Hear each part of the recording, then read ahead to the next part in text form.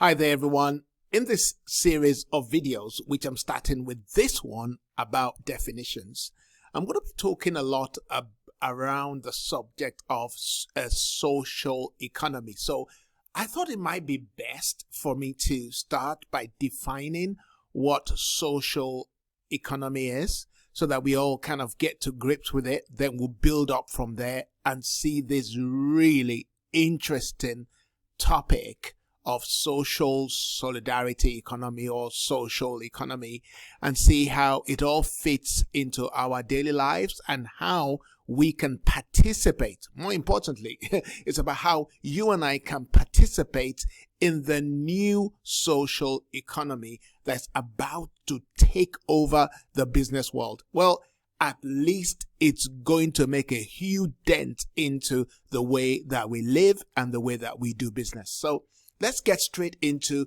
what it actually means. What is a social economy? And I want to look at three definitions. The first one is from the OECD, which is the Organization for Economic Cooperation and Development. It's a group of countries, I think about 38 countries or so, who come together to solve common problems that they have and to share ideas and to see how they can improve their own nations by economic development. So it's a kind of cooperative arrangement that these countries have. US is part of it, and UN is part of it, and many European countries definitely are part of it. And it's also a partner to the United Nations.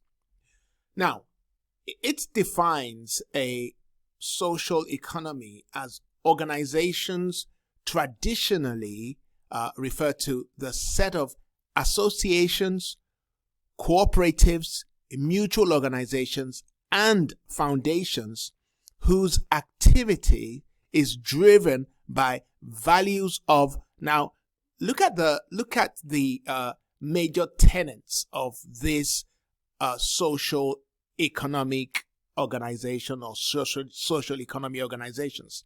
They value solidarity, which is unity, oneness, working together. The primacy of people over capital. Okay, so people are much more important than money. They prioritize people over money. And democratic and participative governance, which means that everyone involved is part of the governing body of the organization.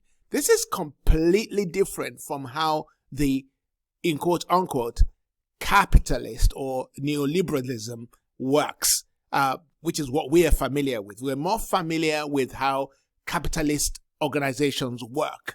So somebody sets up a business and they employ other people, and those other people don't really have a say in how the business works, or they have a little say, but they don't have much say in how the business works. When the business makes money, much of that money, pretty much 90%, goes to the owner and the shareholders, and the workers just get a salary. They don't share in the dividends, at least in most cases. They don't share in the dividends of the organization, yet they are the ones that are producing the wealth, and on it goes. Or even if they share, they don't share as much. And so that's where this social economy becomes so different, diametrically opposed to how a most for-profit businesses work or capitalist businesses work. Wikipedia defines it as the social economy is formed by a rich diversity of enterprises and organizations. I think I must say here, because when we hear social economy, we tend to think it lacks enterprise. No. It doesn't lack enterprise. It just prioritizes the social elements over making money. That's all it is. But there's enterprise there, all right? It says the social economy is formed by a rich diversity of enterprises and organizations such as cooperatives. Cooperatives are very wealthy. I mean, they do very well. Mutuals, associations, foundations, social enterprises, and paritarian institutions share common what? Common values in what? In profit, in investment, in governance, and on and on. So let's take a look at the third type of definition, And this definition comes from a site called Social Economy Europe. Social Economy Europe. Look at what it says. It says the social economy is made up of a diversity of enterprises and organizations such as cooperatives, mutuals, associations, foundations, very similar to what we've heard, and social enterprises. Just bear with me because I'm going somewhere with this. And social enterprises amongst other forms that can be specific to each country. So each country will have their own variation of what has just been defined. But now watch the continuation of this definition. It says that they are united around the values of, and this definition summarizes everything we've been saying. They are united around the values of primacy of people and the social objective over capital. So if they are set up to promote the well-being of people, they prioritize that over making money.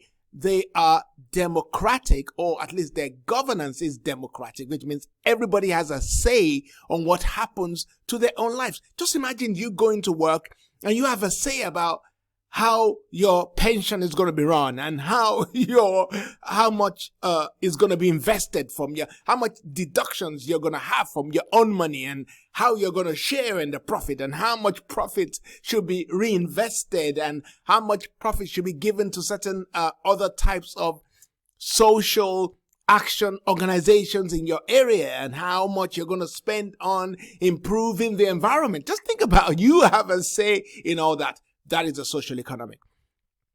And it talks about solidarity and the reinvestment of most profits to carry out sustainable development objectives. So if you are thinking, what is sustainable development objectives, then you can look at what's commonly known as the SDG goals, which is the Sustainable Development Goals, formed by the UN, and there's 17 of them. So they are reinvesting profits to promote those and to promote other types of developments, but much of which would relate to the UN Sustainable Development Goals.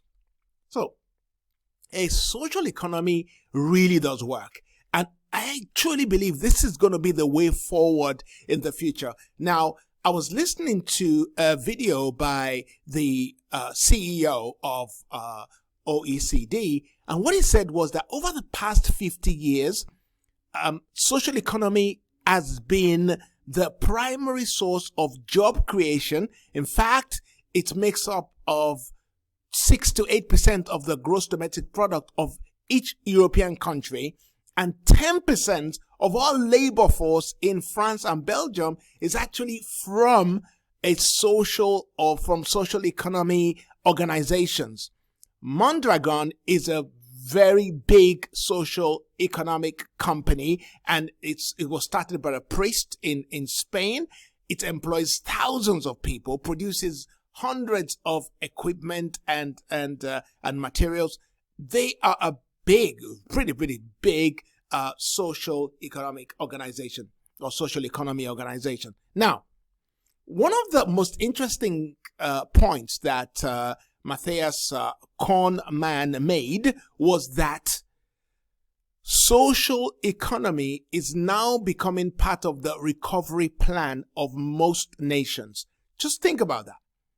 Now, they're not putting social economy on a sideline anymore. They're bringing it now to the forefront, recognizing this type of enterprise or enterprises as going to be strategically important to the revitalization of the economic situation of countries. This is where social economy is coming to its own. This is where it's going to make a stand. This is why you and I need to think about getting involved in organizations that promote such values.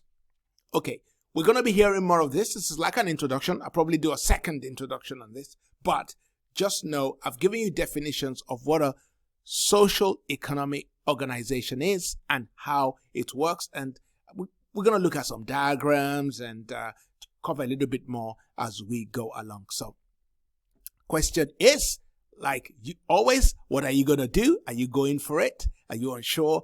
Do you have any more questions? Please put this in the message box below, and I would read your comments and get back to you. If you want to get in touch with us, do so too. The contacts is in the description box or in the comment box below. Do read that and do subscribe to the channel and share this, like it, and I'll see you soon. Thank you. God bless.